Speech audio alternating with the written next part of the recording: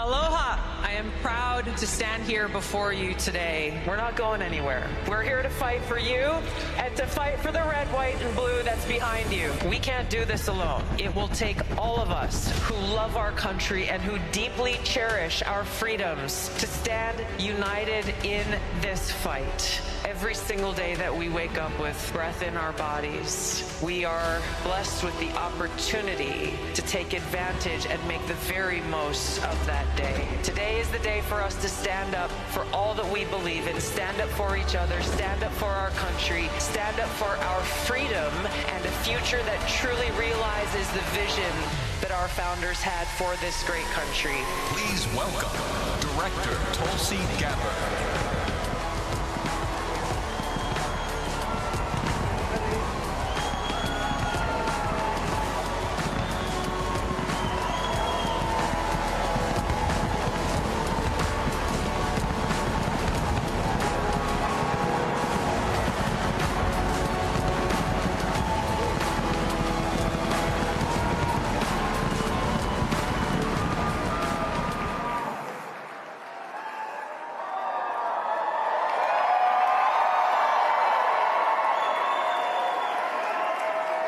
Merry Christmas. I couldn't hear you in the back. Merry Christmas. You know, I'm a little bit emotional walking out here because this is the first time we are gathered here for AmFest without Charlie Kirk. But I feel in all of your voices and your presence here his love. And that's a beautiful thing.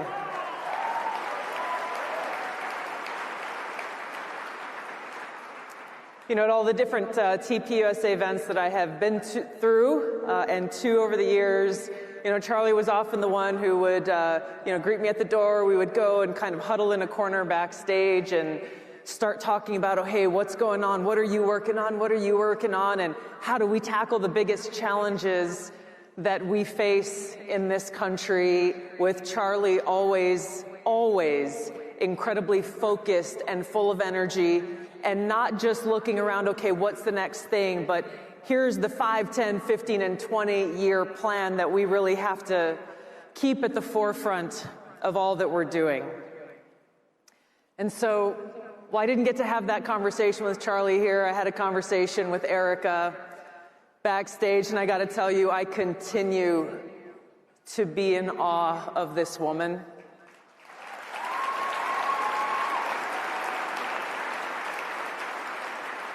I cannot imagine what she's been through, what she is going through. I'm in awe of and grateful for her kindness and her strength and how she has opened up her heart during the toughest of times to the world, and how she continues to exhibit the kind of courage and strength that you and I know can only come from God.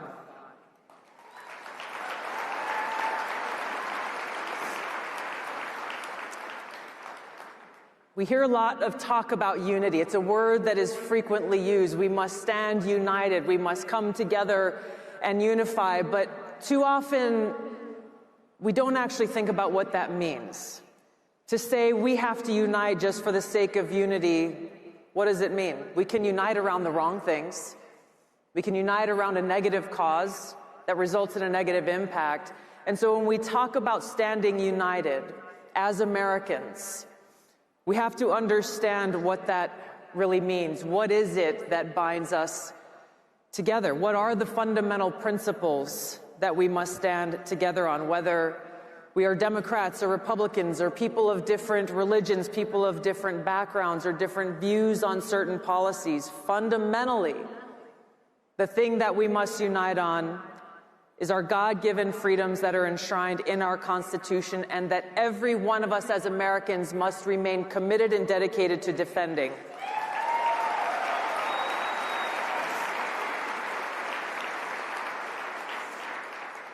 That is our foundation.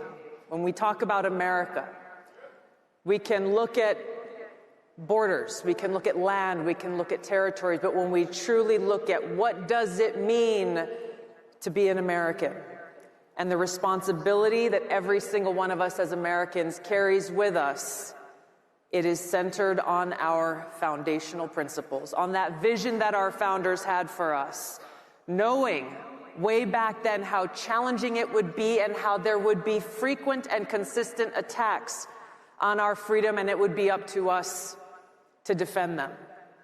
And that's exactly where we are today. Charlie understood these threats. He saw them and focused completely on this defense of freedom, not just in words, but in action.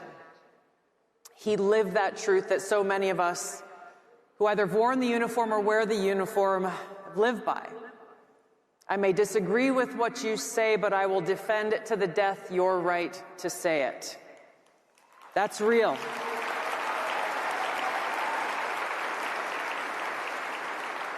And Charlie lived and died by that principle, that no matter how offensive or horrible or disgusting someone's speech is, no matter how much we disagree with it, it's up to us to stand up and protect and defend their right to say it. And to stand as Charlie did and defeat that weak or dark speech, that ideology, with a superior ideology that's focused on freedom.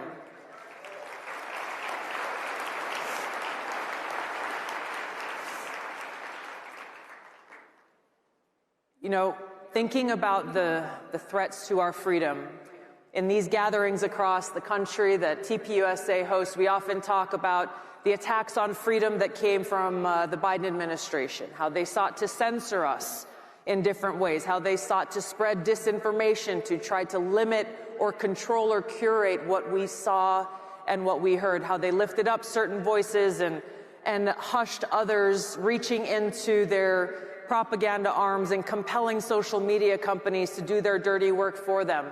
But there is a threat to our freedom that is not often talked about enough. And it is the greatest near and long-term threat to both our freedom and our security, and that is the threat of Islamist ideology.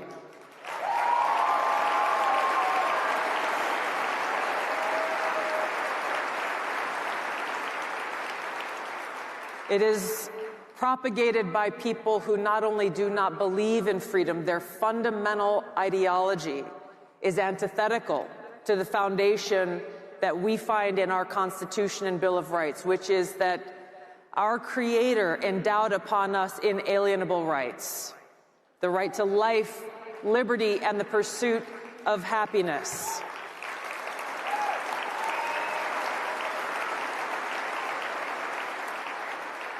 Now, Charlie focused on this quite a bit. He talked about it in ways that very few others did because he understood this direct threat to freedom. When we look back to the attack on 9/11 that happened 24 years ago now, it changed so many of our lives, where thousands of Americans were killed by Islamist jihadis who attacked us on that day. And we were confronted with the reality of the lengths that they will go to try to attack the foundations of who we are as a country. It was a day that changed my life, probably like some of you in the room. It's what motivated me to enlist in the Army, to go out and to fight and to defend and defeat, to defend our freedom and defeat those who are attacking us.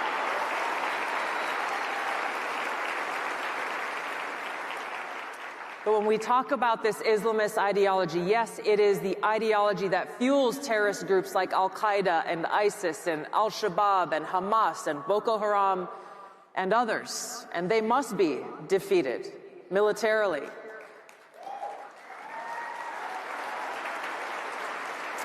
As they continue to actively plot and try to attack us. They are a threat to our security and our safety.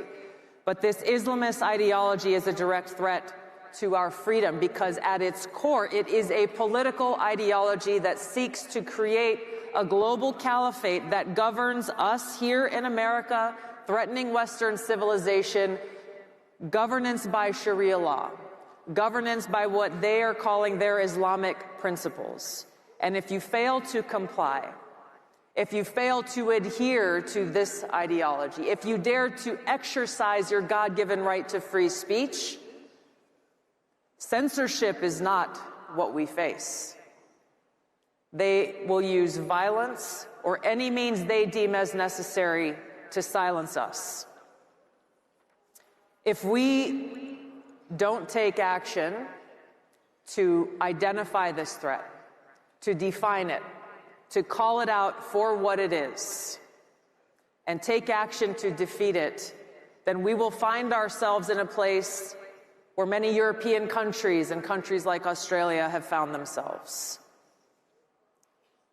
Countries where you can get arrested for praying silently on the street corner, as has happened in the UK.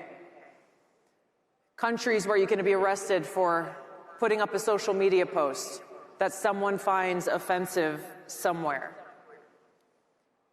The threats from this Islamist ideology come in many forms. As we approach Christmas right now in Germany, they are canceling Christmas markets because of this threat. In places like Dearborn, Michigan, and Minneapolis, Minnesota, Islamist clerics are openly pushing this Islamist ideology, trying to recruit and radicalize young people. Earlier this year, there was a conference that was held representing organizations like the Council on American Islamic Relations, also known as CARE, which issued a call to action to use American legal and political systems to implement Sharia law. This is already underway in places. This is already underway in places like Houston. This is not something that may possibly happen. It is already happening here within our borders. Paterson, New Jersey is proud to call themselves the first Muslim city. They are working to implement in their own governments these Islamic principles that are forced on people through the use of laws or violence. The bottom line is this: when we talk about the threat of Islamism, this political ideology, there is no such thing as individual freedom or liberty. As Charlie said over and over again, it is fundamentally incompatible with our nation's foundation of freedom.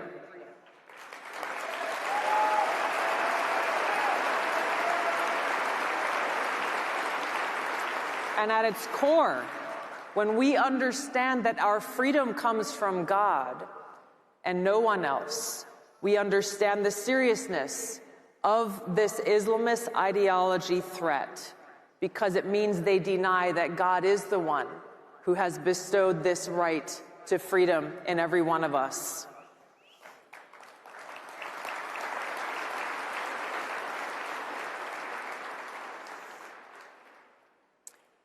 So what do? We as Americans have to stand proudly for freedom and understand that a free society cannot survive if it refuses to defend itself. We don't preserve freedom of speech by canceling it. We preserve free speech by exercising it, by using more of it, encouraging more speech. We protect our Constitution by ensuring loyalty to the Constitution. We protect our democratic republic by ensuring that we, the people, elect leaders who not only believe in American values, but actually live them. Leaders who are committed to ensuring that we have a government of, by, and for the people, and leaders who most importantly put freedom and the interests and well-being of the American people first in every single decision that they make.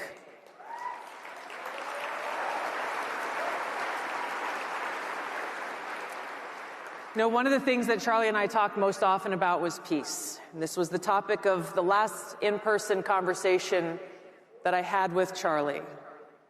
It's the topic of peace. He was a consistent and powerful advocate for peace because he understood that in order for us to be truly free and prosperous, we must be at peace. He understood the importance of President Eisenhower's farewell address when he warned that, quote, "In the councils of government, we must guard against the acquisition of unwarranted influence, whether sought or unsought, by the military-industrial complex. The potential for the disastrous rise of misplaced power exists and will persist. We must never let the weight of this combination endanger our liberties or our democratic process.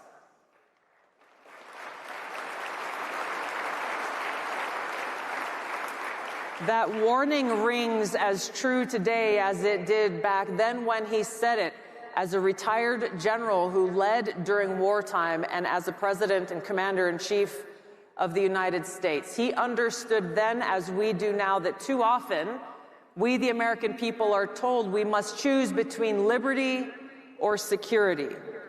And which side often wins out in that proposition? Liberty loses. And the warmongers claim that they are doing what they are doing for the sake of our security. It's a lie. Eisenhower issued this warning because he understood the power of the influence of the military-industrial complex and how those who seek to keep us in a persistent state of war deny the heavy cost that it takes in human lives, in taxpayer dollars, and in the erosion of our liberties, wars that have nothing to do with ensuring our security or our liberty.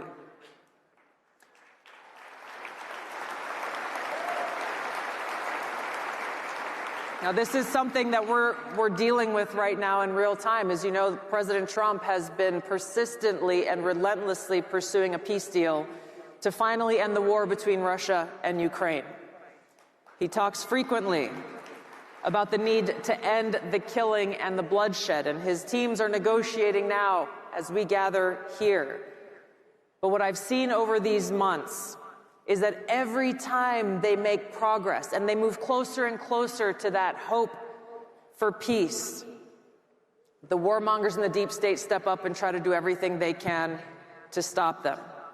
Predictably, they use the same old tactics that they've always used. The deep state within the intelligence community weaponizes intelligence to try to undermine progress. They leak it to their friends in the mainstream propaganda media to try to spread this and push a false narrative. They foment fear and hysteria as a way to justify the continuing of the war and their efforts to undermine President Trump's efforts towards peace, and do so specifically in this case in order to try to pull the U.S. military into a direct conflict with Russia, which is ultimately what the EU and NATO want.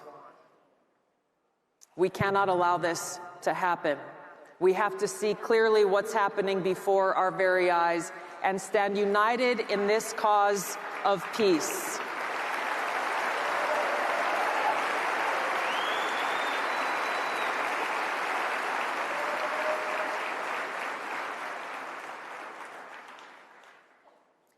I've served in the Army now for almost 22 years.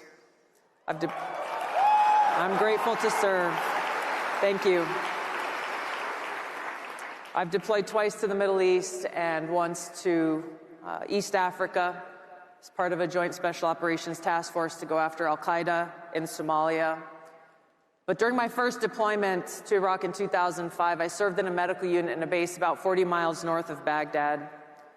And shortly after arriving there, I was walking around our camp, trying to familiarize myself with the place, when I was stopped in my tracks by a sign that someone had put up at the gate where most of our security patrols went in and out of every single day. And this is inside the camp. Just before they left every day, they saw in big block letters the words, "Is today the day? Is today the day?" This ever-present reminder that any day could be our last. This was true. In the height of the war in Iraq, in the middle of a war zone, for some of my friends, for too many of my friends, their time came. They made that ultimate sacrifice. And it was hard. Hard to lose those who were a part of our military family, those who I knew were willing to lay their lives down. One of my friends was named Staff Sergeant Tiai. He was just a few days away from being able to go home to American Samoa and to see his wife and his kids. They were making plans for what they would do during his 2 weeks of R&R.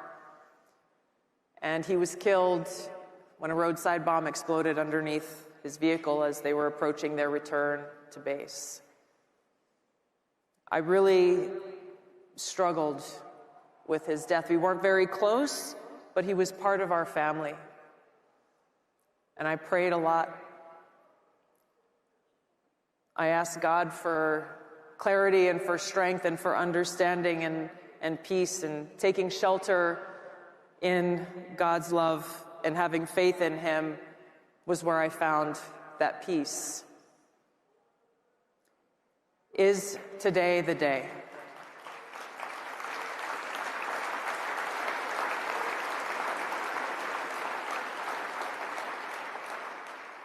Is today the day is a reminder that every one of us has the opportunity to reflect on as we pray and think about how we can make the most of every single day that we are blessed with life and breath in these bodies.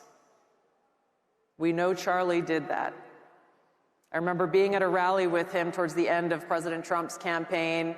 He was running the whole event, and as the speakers were going through, he was sitting there just backstage with his laptop working on to the next thing, on to the next thing, on to the next thing, working tirelessly. The reality of this reflection is today the day is just as important for us here as we gather and as we leave here and go about our daily lives as it was for those of us serving in a war zone. None of us knows how much time we have. But the thing that we can choose to do is to dedicate our every day to love and serve God with all that we have and in all that we do.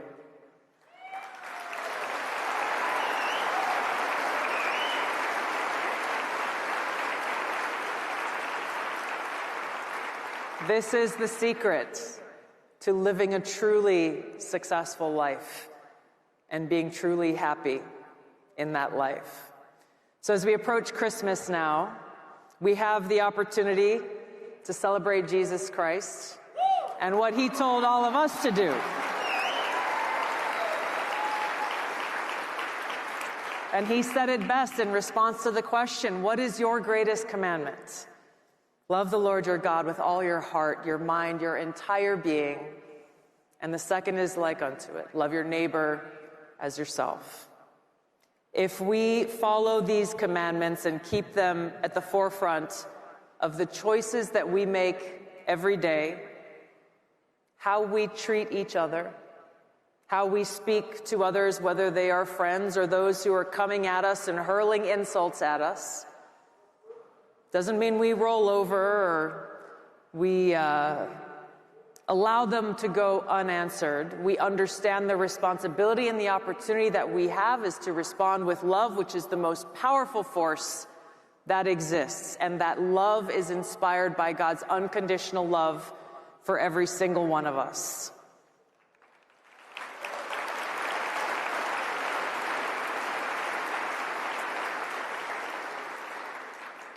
Is today the day? Yes, today is the day when we choose to stand together, united, with hope in our hearts that comes from the light of God's love shining through our lives and in our work.